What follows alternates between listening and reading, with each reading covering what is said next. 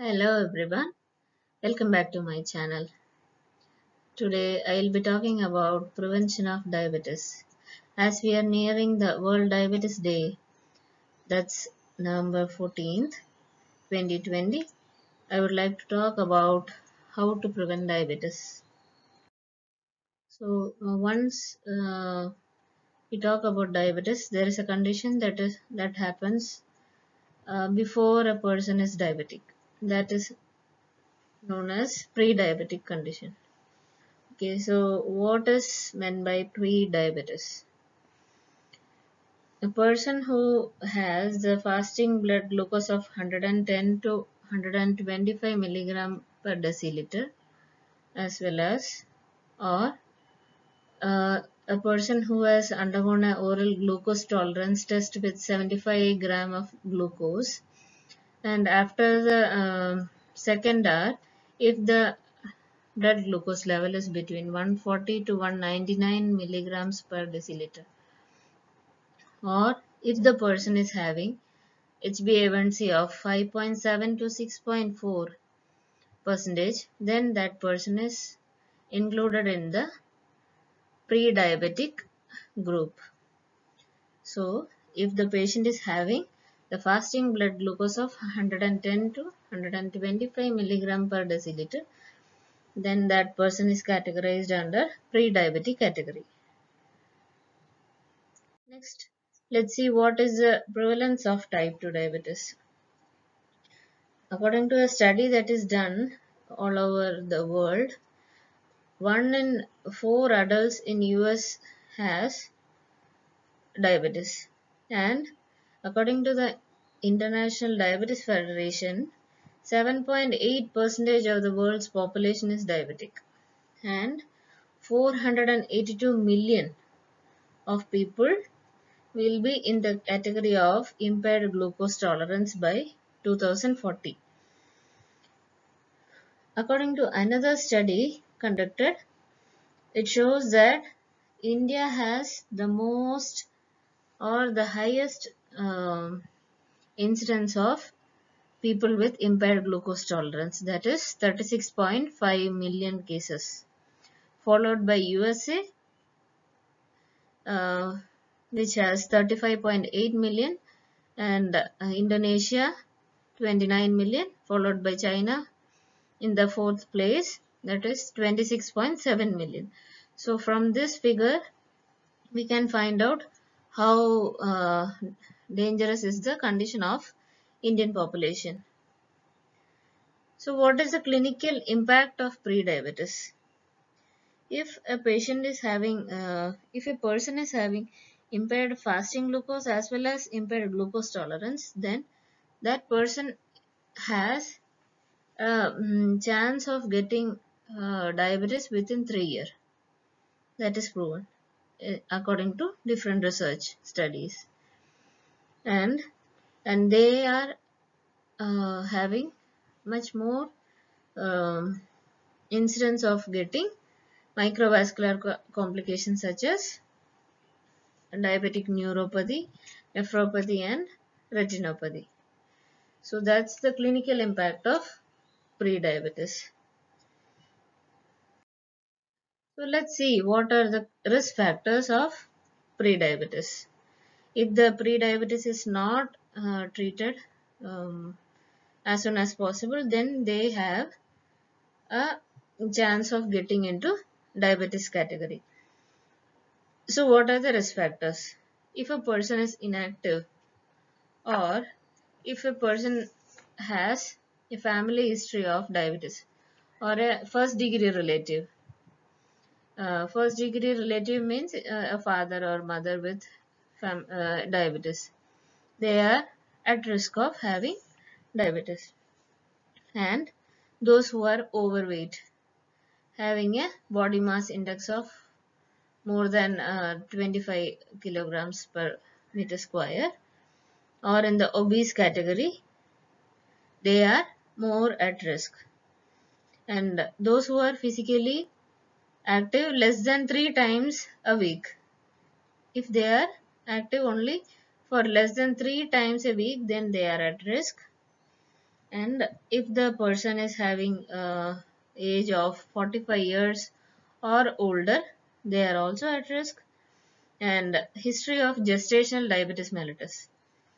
And gestational diabetes mellitus means those females who have been diagnosed with diabetes during their pregnancy, or if they have delivered a child of weight more than 9 pounds, they are also uh, included in the risk category.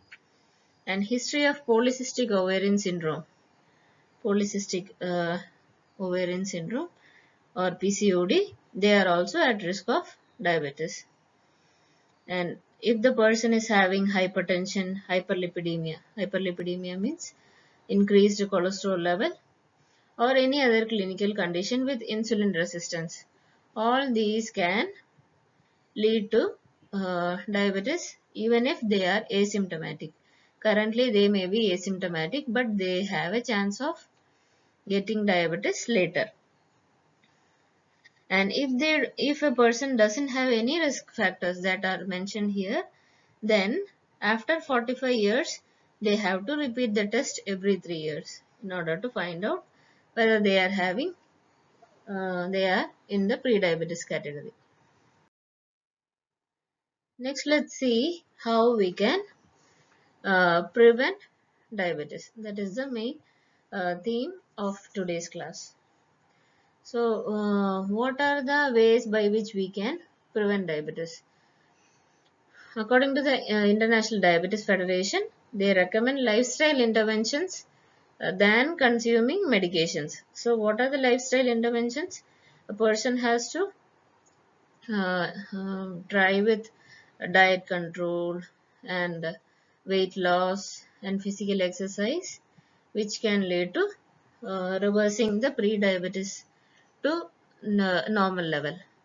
So, a weight loss of 7% of body weight has shown that it can reduce the blood sugar level, or the person can revert to the normal blood glucose category. And second one is exercise or physical activity. When we talk about physical activity, it is mainly categorized into three types of um activities. One is lifestyle related physical activity, and next is sports, and the third category is exercise. Lifestyle related physical activities that we do regularly at our home, our daily routines. And second is sports, that may be a professional sport. And third is exercise. So in the exercise itself, it is divided into four categories: light exercise, moderate, vigorous exercise, and high quality exercise.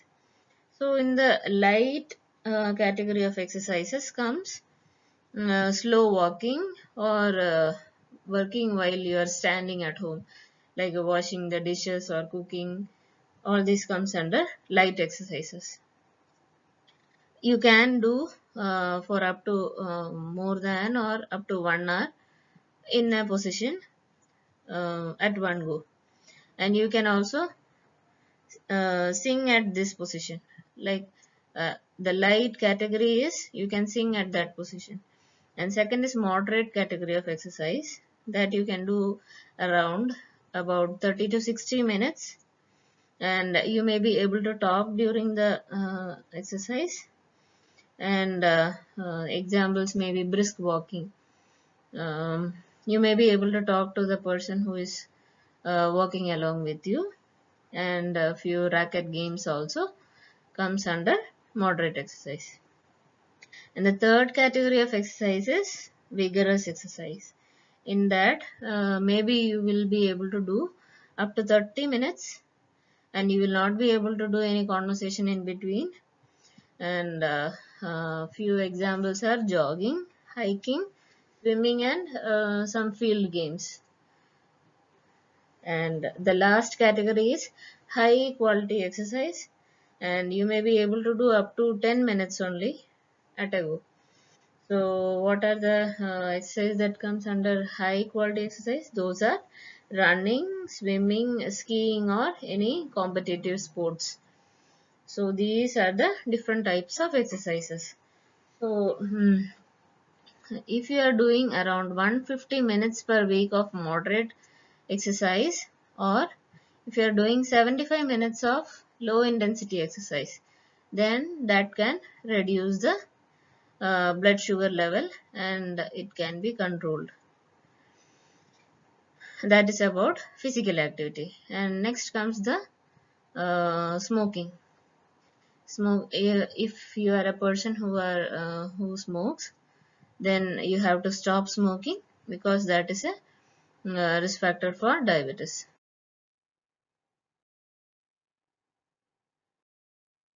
And next is about regarding diet. When we talk about diet, there are good carbohydrates and bad carbohydrates. Those who are fastly absorbed carbohydrates, like those in candies, sodas, pastries, and white breads and all, these has to be avoided in order to reduce the blood sugar level, as well as include more vegetables and fruits in your diet, and include more fiber rich food in your diet so that the blood sugar level will reduce. And you may have to reduce the amount of sugar intake in different forms, as well as the salt. Reduce the salt because hypertension is also a risk factor for diabetes. And you may have to reduce the alcohol intake. And um, according to the International Diabetes Federation, they recommend that one drink for a man and uh, no sorry 2 to 3 drinks for a man and one drink for a woman is okay for diabetic people. But still, they tell that 10 to 12 gram of alcohol is considered to be included in one drink. It's better that you avoid or stop taking alcohol in order to reduce the risk of diabetes.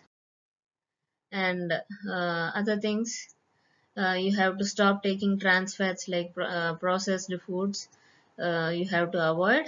And regarding the protein intake, zero point 0.8 to 1 gram per kg per day is the allotted protein intake for a person.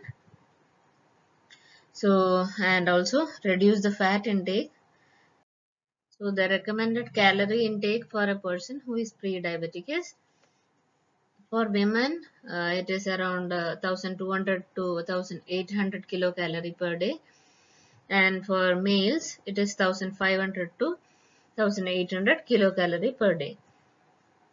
So while I mentioned exercise, I think I told 75 minutes per week of low intensity exercise I mentioned, but that's wrong. It is intense exercise of 75 minutes per week, and 150 minutes per week of moderate kind of exercises is recommended.